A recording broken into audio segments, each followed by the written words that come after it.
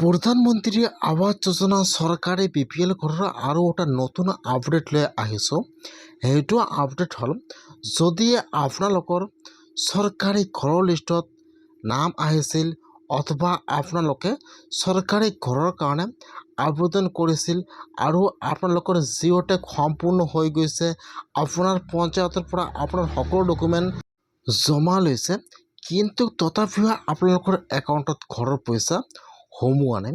যদি আপোনালোকৰ জিঅ' টেগ সম্পূৰ্ণ হৈ গৈছে, আপোনালোকৰ একাউণ্টত এতিয়াও চৰকাৰী ঘৰৰ পইচা ফাৰ্ষ্ট কিস্তি সোমোৱা নাই, তেনেহ'লে আপোনালোকে আজি চৰকাৰী ঘৰৰ ৰিজেক্ট হোৱা লিষ্টটো চেক কৰক যে আপোনাৰ নামটো ৰিজেক্ট হৈছে নেকি। কেনেকুৱাকৈ আপোনালোকে চৰকাৰী ঘৰৰ ৰিজেক্ট হোৱা লিষ্টটো আপোনালোকে আপোনাৰ নিজৰ মোবাইলৰ পৰা চেক কৰিব। মই আজি এইটো ভিডিঅ'ত আপোনালোকক সম্পূৰ্ণ প্ৰচেছ ষ্টেপ বাই ষ্টেপ দেখুৱাই দি আছোঁ, চাই লওক। এতিয়া আপোনালোকে ফাৰ্ষ্ট এইটো অপশ্যনত আহি যাব pmayc.nic.in। মই কিন্তু আপোনাৰ সুবিধাৰ কাৰণে অপশ্যনৰ লিংকটো মোৰ ডিছক্ৰিপশ্যনত দি দিছোঁ। আপোনালোকে ডাইৰেক্ট ক্লিক কৰি ফাৰ্ষ্ট এইটো অপশ্যনত আহি যাব। অহাৰ পিছত আপোনালোকে আৱাসৰ ওপৰত ক্লিক কৰিব। তাৰপিছত আপোনালোকে এতিয়া ৰিপৰ্টৰ ওপৰত ক্লিক কৰিব। এতিয়া কিন্তু আপোনাৰ ওচৰত এইটো পেজ অ'পেন হৈ যাব এনেকুৱাকৈ। এতিয়া আপোনালোকে অলপমান তলত আহি যাব। হোৱাৰ পিছত ইয়াত যাব, ইয়াত যিটো এফ নম্বৰ অপশ্যন দিয়া আছে EFMS ৰিপৰ্ট, ইয়াত যিটো এফৰ 7 নম্বৰ অপশ্যন দিয়া আছে পে'মেণ্ট ৰিজেক্টেড বাই বেংক। এতিয়া আপোনালোকে এফৰ 7 নম্বৰ অপশ্যনৰ ওপৰত ক্লিক কৰিব। এতিয়া কিন্তু আপোনাৰ ওচৰত এইটো পেজ অ'পেন হৈ যাব এনেকুৱাকৈ। ইয়াত অলৰেডি সকলো চিলেক্ট কৰা আছে। ইয়াত চাব দিয়া আছে 1 ইনষ্টলমেণ্ট প্ৰধানমন্ত্ৰী আৱাস যোজনা গ্ৰামীণ চিলেক্ট কৰা আছে। 3 নম্বৰত চাব দিয়া আছে অল ষ্টেট। এতিয়া আপোনালোকে সেইটো অপশ্যনৰ ওপৰত ক্লিক কৰিব। এতিয়া আপোনাৰ ওচৰত আহি যাব ইয়াত ষ্টেট নাম। এতিয়া যিটো ইয়াত আপোনাৰ ষ্টেট নাম হয় আপোনালোকে ইয়াত চাই ল'ব।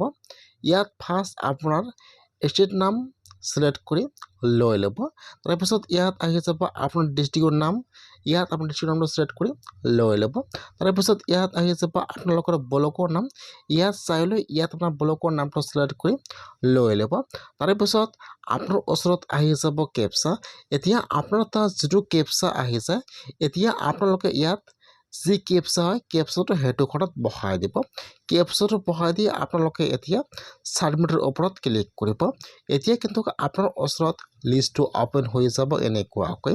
ফাৰ্ষ্ট আহি যাব আপোনাৰ ব্লকৰ নাম, তাৰপিছত ইয়াত আহি যাব আপোনাৰ ঘৰৰ ৰেজিষ্ট্ৰেশ্যন ID নম্বৰ আহি যাব, ইয়াত আপোনালোকৰ ফুল নেম আহি যাব আৰু ইয়াত আপোনাৰ ঘৰৰ FD নম্বৰ আহি যাব। এই ফলত আপোনাৰ বেংকৰ যিটো IFSC কোড আছে IFSC কোডটো ইয়াত শ্ব' কৰিব এনেকুৱাকৈ।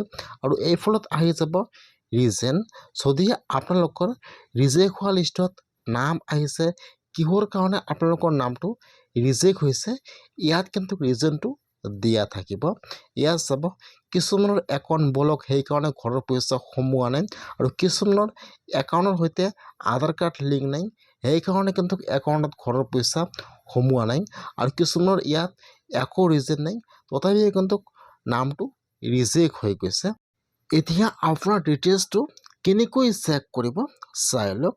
এতিয়া যদি আপোনালোকৰ লিষ্টত নামটো আহি গৈছে, তেনেহ'লে আপোনালোকে ইয়াৰ পৰা যিটো আপোনাৰ ঘৰৰ ৰেজিষ্ট্ৰেশ্যন নম্বৰ হয় আপোনালোকে ফাৰ্ষ্ট ইয়াৰ পৰা আপোনাৰ নম্বৰটো কপি কৰি লৈ ক্লিক কৰিব। ইয়াত কপিত ক্লিক কৰিব। এতিয়া আপোনালোকে হোম পেজত আহি যাব। অহাৰ পিছত ইয়াত চাব 5 নম্বৰত দিয়া আছে ষ্টেক হোল্ডাৰ্ছ। এতিয়া আপোনালোকে সেইটো অপশ্যনৰ ওপৰত ক্লিক কৰিব। ইয়াত 1 নম্বৰত আহি যাব IAY PMAYG বেনিফিচিয়াৰী। এতিয়া আপোনালোকে সেইটো অপশ্যনৰ ওপৰত বা ছাৰ্ভিচৰ ওপৰত ক্লিক কৰিব। এতিয়া কিন্তু আপোনাৰ ওচৰত আৰু এটা নতুন পেজ আহি যাব এনেকুৱাকৈ। এতিয়া আপোনালোকে ইয়াত যিটো আপোনাৰ ঘৰৰ ৰেজিষ্ট্ৰেশ্যন নম্বৰ আছে আপোনালোকে ফাৰ্ষ্ট ইয়াত আপোনাৰ ঘৰৰ নম্বৰটো বহাই দিব, আৰু এই ফলত যি কেপচা আহি যায় এতিয়া আপোনালোকে ইয়াত কেপচাটো বহাই দিব। কেপচাটো বহাই দি আপোনালোকে এতিয়া ছাবমিটৰ ওপৰত ক্লিক কৰিব। এতিয়া চাব লাগিব যে এইটো আপোনালোকৰ নাম হয় নে নহয়, সকলো প্ৰচেছ চেক কৰিব লাগিব। যেতিয়া আপোনালোকে ছাবমিটৰ ওপৰত ক্লিক কৰিব, ফাৰ্ষ্ট কিন্তু ইয়াত আপোনালোকৰ ফুল এড্ৰেছটো আহি যাব, ইয়াত আপোনাৰ ফুল নেমটো আহি যাব। এতিয়া আপোনালোকে অলপমান তলত আহি যাব, ইয়াত কিন্তু আপোনাৰ ডিটেইলছ সম্পূৰ্ণ শ্ব' কৰিব। এনেকুৱাকৈ আপোনাৰ ঘৰটো কিমান চনত চেংচন হৈছিল ইয়াত শ্ব' কৰিব। ইয়াত আপোনাৰ একাউণ্ট নম্বৰ শ্ব' কৰিব আৰু ইয়াত চাব, ইয়াত দেখুৱাই আছে আধাৰ কাৰ্ড পেণ্ডিং। তাৰমানে আপোনালোকৰ আধাৰ কাৰ্ডৰ সৈতে আপোনালোকৰ একাউণ্টটো লিংক নাই, সেইকাৰণে কিন্তু আপোনালোকৰ একাউণ্টত ঘৰৰ পইচা সোমোৱা নাই। সেইকাৰণে যদি আপোনালোকে যিকোনো চৰকাৰী আঁচনিত আবেদন কৰিছে তেনেহ'লে আপোনালোকে চেক কৰক যে আপোনালোকৰ একাউণ্টটো DBT লিংক আছেনে নাই। যদি আপোনালোকৰ একাউণ্টটো DBT লিংক নাথাকে তেনেহ'লে কিন্তু আপোনালোকে ঘৰৰ পইচা লাভ নকৰিব। সেইকাৰণে আপোনালোকে আপোনাৰ ঘৰৰ এপ্লাই কৰাৰ আগত আপোনালোকৰ একাউণ্টটো চেক কৰিব লাগে যে আপোনালোকৰ একাউণ্টটো আধাৰ কাৰ্ড লিংক আছেনে নাই। আপোনালোকে এনেকুৱাকৈ ৰিজেক্ট চেক কৰক আৰু আপোনালোকৰ একাউণ্টত কিয় কাৰণে পইচা সোমোৱা নাই এনেকুৱাকৈ চেক কৰক। যদি আপোনালোকৰ নামটো ৰিজেক্ট হৈছে বা ৰিজেক্ট লিষ্টত আহিছে তেনেহ'লে আপোনালোকে আপোনাৰ পঞ্চায়তত যাই যোগাযোগ কৰক। তাৰ পৰা আৰু আপোনাৰ সকলো ডকুমেণ্ট জমা ল'ব। তাৰপিছত আপোনালোকৰ নামটো ভেৰিফাই কৰিব, তাৰপিছত আপোনালোকে ঘৰৰ পইচা লাভ কৰিব। সেইকাৰণে আপোনালোকে আজিয়ে ৰিজেক্ট হোৱা লিষ্টটো চেক কৰক, নাম আহিছে পঞ্চায়তত যাই যোগাযোগ কৰক আৰু ঘৰৰ পইচা লাভ কৰক।